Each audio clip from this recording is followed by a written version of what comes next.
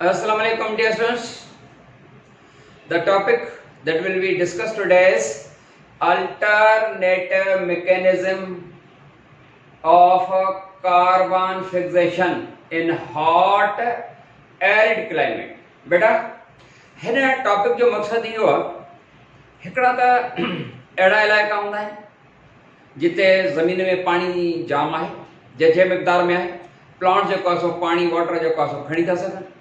And generally छा हूंदो आहे त जॾहिं प्लांट जेके आहिनि, सपोज सॉइल सरफेस है, ज़मीन में सॉइल में जेको आहे सो पाणी तमामु घणे मिक़दार में आहे, जंहिं मिक़दार में प्लांट्स वाटर खणी रहिया आहिनि।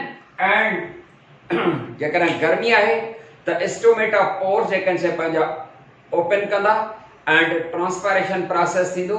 ट्रांसपायरेशन असांखे ख़बर आहे, evaporation of the water through aerial plant parts is called transpiration. And transpiration या एवापोरेशन जेको आहे so that is a cooling process, इहा ख़बर आहे।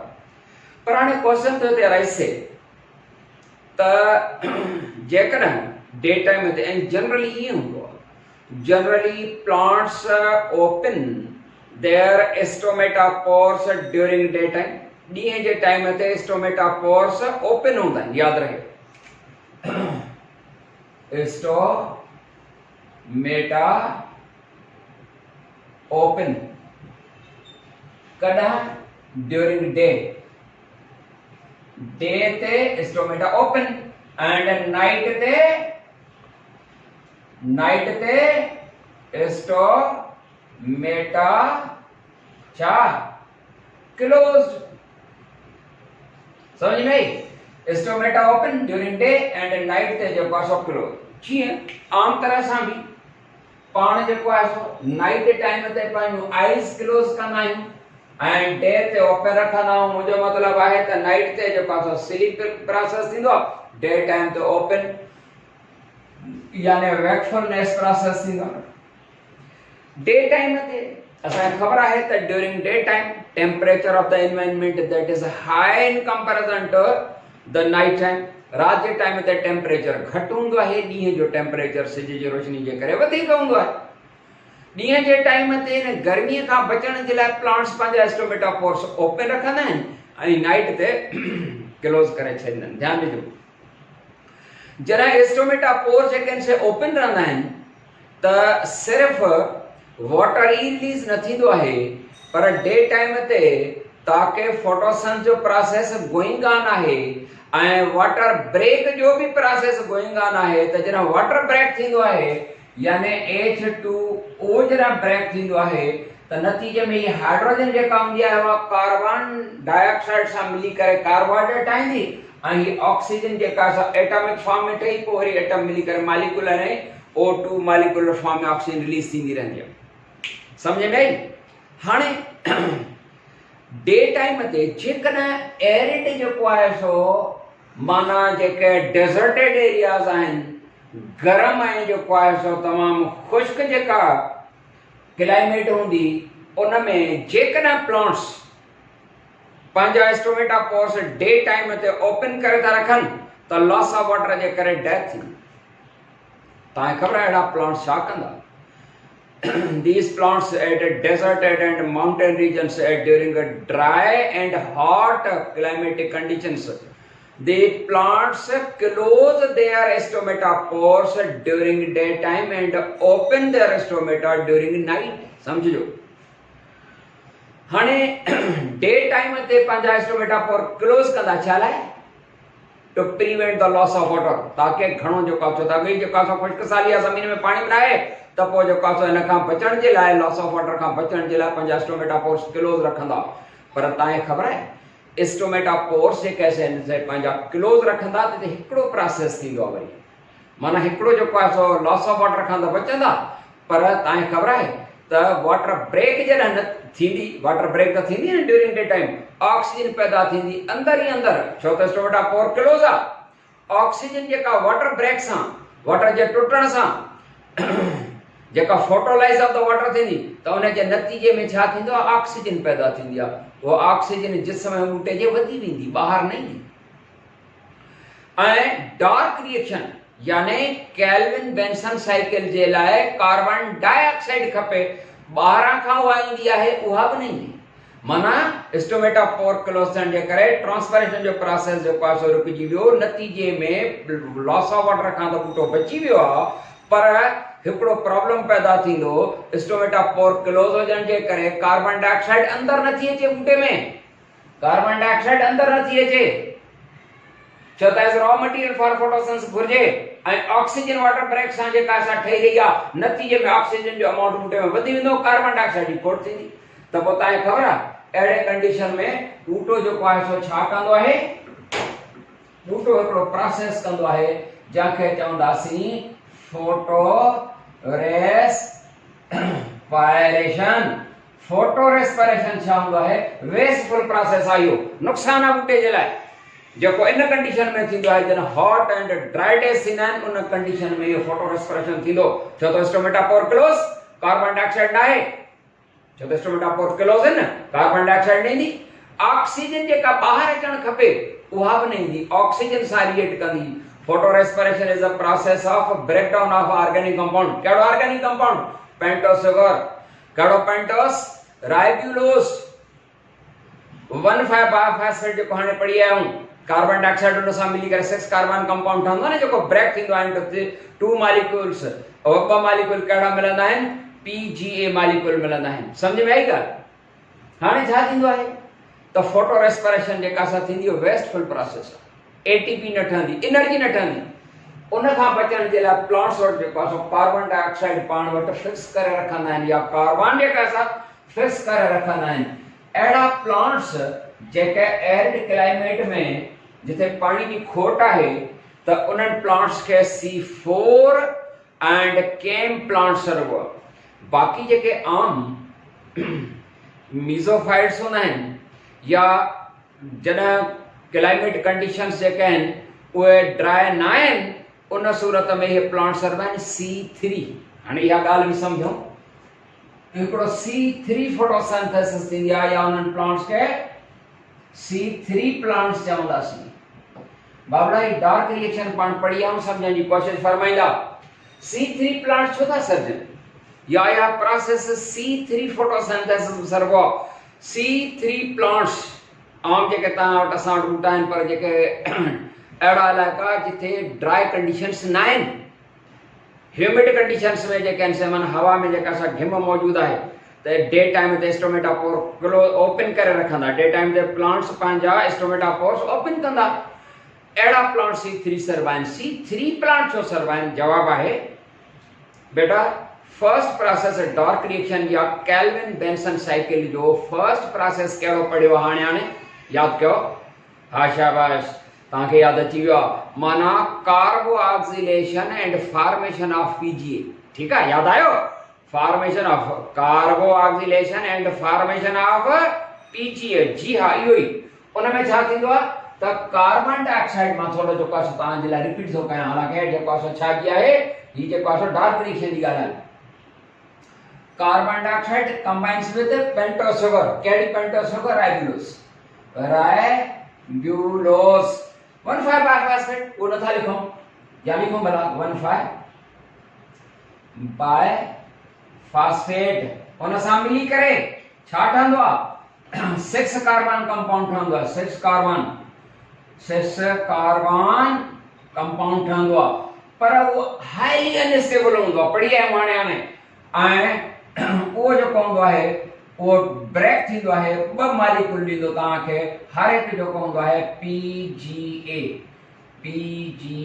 2 मिलंदा। हिकिड़ो खणो एग्जांपल जे लाइ, त उहो 6 कार्बन कंपाउंड जेको आहे हाईली अनस्टेबल हूंदो आहे, टुटी पवंदो। 2 मॉलिक्यूल्स में PGA 2 मॉलिक्यूल PGA जा मिलिया है। हर एक PGA छा आहे?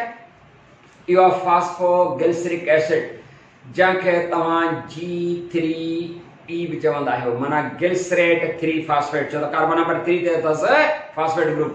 हाणे तव्हांखे 3 कार्बन कंपाउंड आहे PGA, तंहिंजे करे ये C3 प्लांट्स।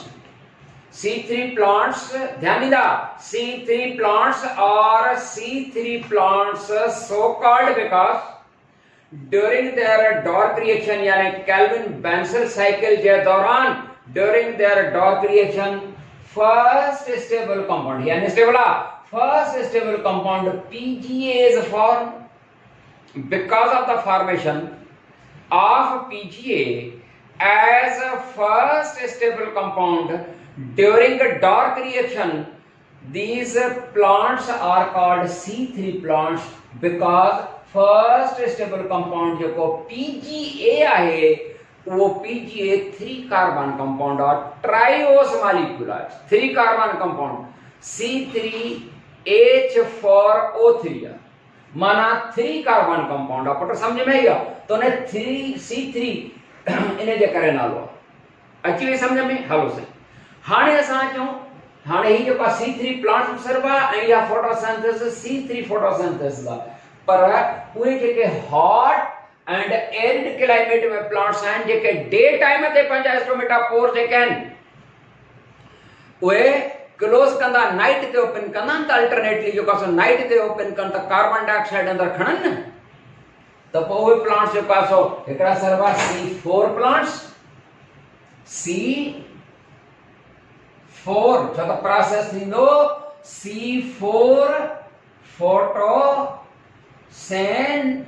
फोटोसिंथेसिस ताकि ये प्लांट जेके आहिनि हिन याने जेको wasteful process of photo respiration खां बची सघनि ध्यान ॾींदा C4 प्लांट्स यो शुगर केन वगैरह आहिनि ॿिया जेके कॉर्न प्लांट्स आहिनि यानी सीरियल ऐं ग्रास फैमिली जा जेके आहिनि प्लांट्स आहिनि माना पोसी फैमिली वारा प्लांट्स इन्हनि हॉट एंड ड्राई क्लाइमेट में जो कासो छा कंदा ये छा कंदा नाइट टाइम ते हाणे डे टाइम ते पंहिंजा स्टोमेटा पोर जेके आहिनि उहे क्लोज था रखनि ताकि लॉस ऑफ वाटर खां बची सघनि राति जीअं थींदी टेम्परेचर घटिजी वियो छा कंदा स्टोमेटा पोर ओपन कंदा ॿाहिरां खां कार्बन डाइऑक्साइड खणंदा अंदर ही अंदर हिकिड़ो केमिकल रिएक्शन थींदो ऐं हिकिड़ो कंपाउंड ठाहे छॾींदा 4 कार्बन कंपाउंड ठाहे छॾींदा ताकि जीअं केल्विन बेंसन साइकिल जे दौरान यह कार्बन डाइऑक्साइड अवेलेबल थी सके वह कार्बन डाइऑक्साइड जेका सा कार्बन